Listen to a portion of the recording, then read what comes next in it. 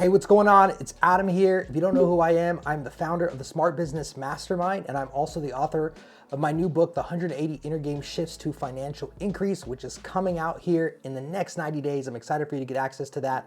What's different about my work is, yes, I am on a mission to help you become the financially fittest you, but I also like to look at things from a spiritual perspective.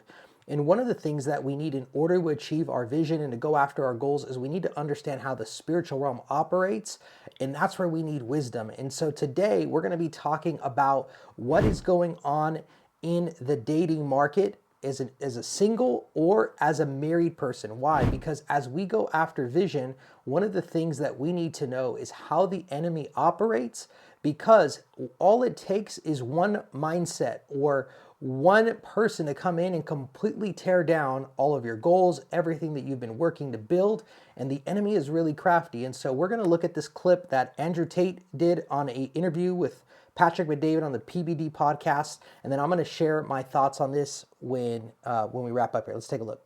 You know this better than me, Adam. Yep. Miami is one of the 3 cities on earth. Miami, Dubai, any woman who's beautiful anywhere in America ends up where? Miami. Yeah. Any woman who's beautiful in Estonia ends up in Dubai. We have a few cities with all the money, all the hot chicks in one place, and you're an average dude somewhere else. Every single girl's ignoring you. You have no access to the dating market. This is the problem with conservatism. This is, God rest his soul, Charlie Kirk's problem with his message. Just find a wife, just have kids. The answer to that is all the women who will talk to me are sluts, and none of them want kids. Yeah.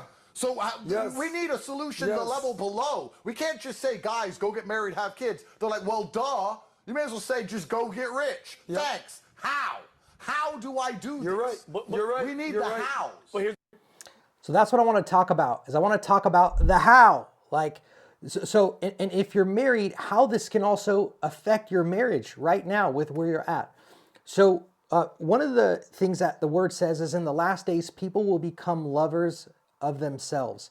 And one of the most dangerous things is if a woman becomes a lover of herself more than she loves God, that becomes one of the most dangerous women on the planet. If a man becomes a lover of himself more than he loves God, he becomes one of the most dangerous and unsafe men on the planet. And the reason why is because a man without God or a woman without God has no accountability in private. And so you have a society now where we can get access to our greatest pleasures, and the enemy will take any crack in your foundation and character, and he will magnify and help you find the lust that you have, and he will give you every temptation that you are willing to step into in a society that we can just access it so quickly. And so why this is dangerous if you're married, and I'm going to talk to you if you're single in a second, and you're going after vision, is because as you start to have success, you might have married your wife when you were younger. You might have married her years ago and you started to grow. You've maybe started to get to a place where maybe you've outgrown your spouse and you're starting to look at all the options, because women start to look at you and go, man, I want a successful man like that. And then the enemy starts to tempt you with fantasy and escape and tries to get you to compare what you could have, the life you could have, instead of the life you've been given. And he could begin to move into your marriage, moving into your DMs, moving into that side conversation. And one of the things that helped me so much to protect my home and to protect my marriage from this specific temptation is I had this amazing pastor. And what he would do is he would talk to us about a spirit of Jezebel. And the spirit of Jezebel, typically when a woman is, in the context of a woman wanting a man, is typically a Jezebel spirit likes to go after a men that have power and success. And they like to use manipulation and control to take down a man of power and get them to fall in love with them, right? So if you're a man and you have access to beautiful women, their eyes are on you. They don't care that you're married. A lot of women don't.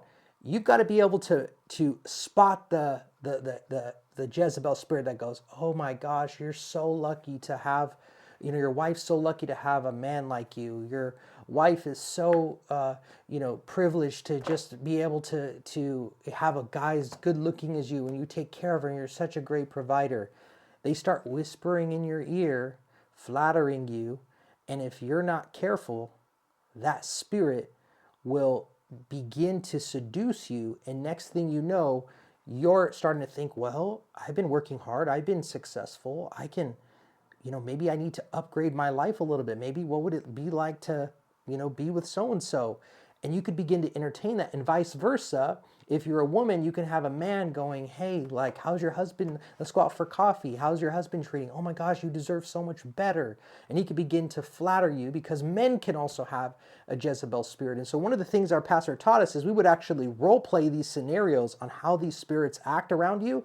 And we would practice cutting it off the moment we catch it. So it's like, no, in the name of Jesus, you will not come into my marriage. You will not come into my home. I've made a covenant before God to protect my home, to be the man of my home, to protect my wife.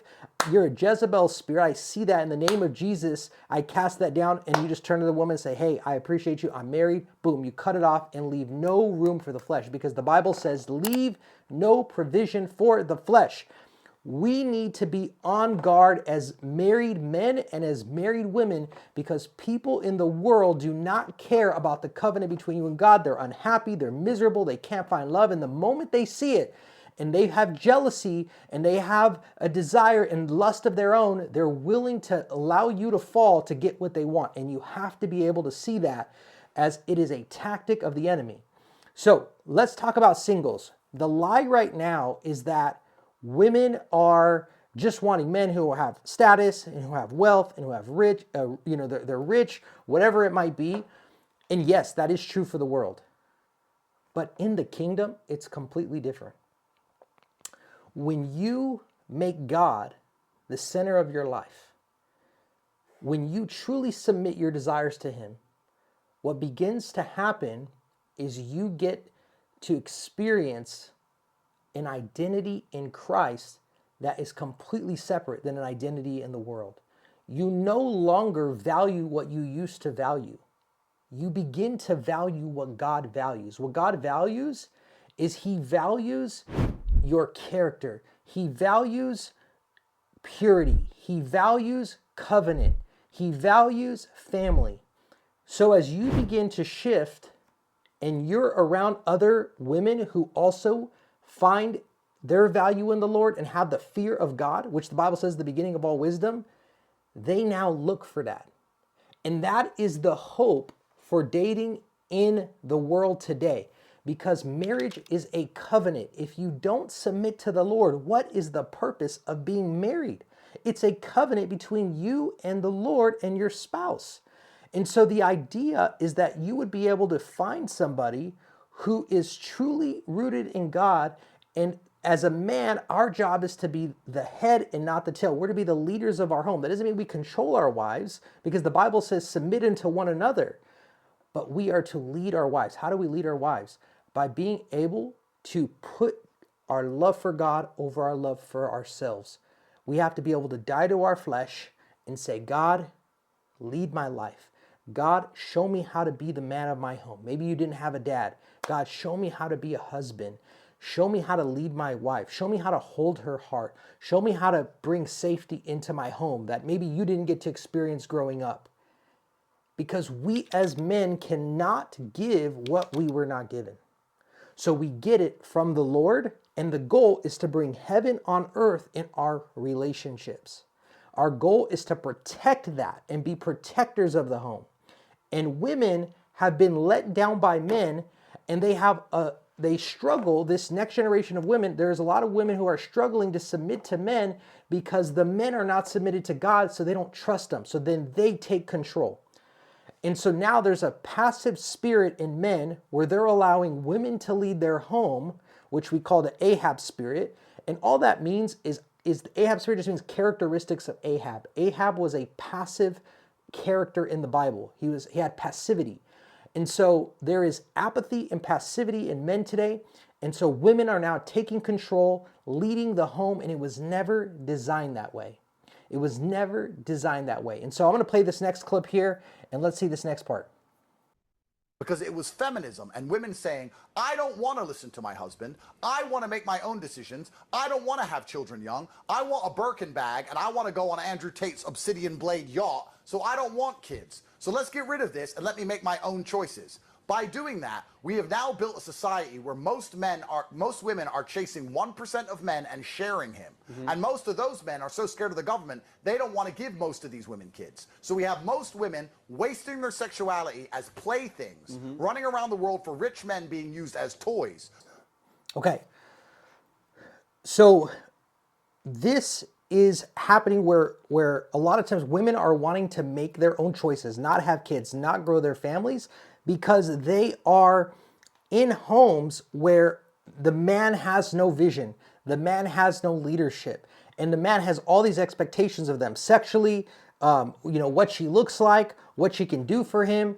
And so there's almost like this transactional relationship right now that's taking place within marriage, where women are like, hey, if I'm going to have to compete against all these other women out there because my husband is not loyal to me, my husband is not committed to his eyes are not just for me, he's struggling with porn, he's struggling, his wandering eyes. If I'm going to have to compete, I don't want to have more women get out of shape, not be able to meet my husband's needs. I'm just not going to want to have kids anymore. I'm just going to want to compete. I want to get into the gym. I want to take care of my body. I want to eat a certain way. I want to have my own goals, make my own money because I got to take care of myself, right? That is what's happening in so many families in America and even believers. And so why this is key is because as men, it starts with us. Inside of our homes, we need to be able to ask the Lord, God, show me how to lead my wife. God, give me a vision for my home. Show me how to be able to take care of my wife in a way where she's able to follow. I remember in my marriage, one of the things that I've had to do many times is I've had to be able to ask God how to be a man of God in my home that he desires for me. Because the Bible says that his thoughts are greater than our thoughts. His ways are greater than our ways. I don't want to lead in my flesh and lead my wife out of control and power because I have authority over my home and that's what I need to do. That's not the purpose of what it means to be the head. I want to be able to go to God and allow my wife to see that it's his way above my way. That way she can trust in my leadership to lead her. If I can't submit my ways before God, it puts an insecurity in her heart to follow me because she doesn't know what my motives are. She doesn't know if my intentions are best for her. She doesn't know if I'm able to lead her in the way that she is desiring to be led. But when she sees me fall on my knees and say, God, lead our home, lead our family.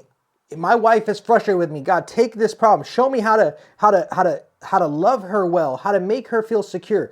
Allow me to bring the security that you have on heaven down to earth in our home. Now she can submit to that. And as leaders of our home, as men, we've got to be able to get to a place where we fall on our knees and surrender before God. And that is the beginning of wisdom, is to have the fear of the Lord. As we do that, our women can follow. We keep a safe home.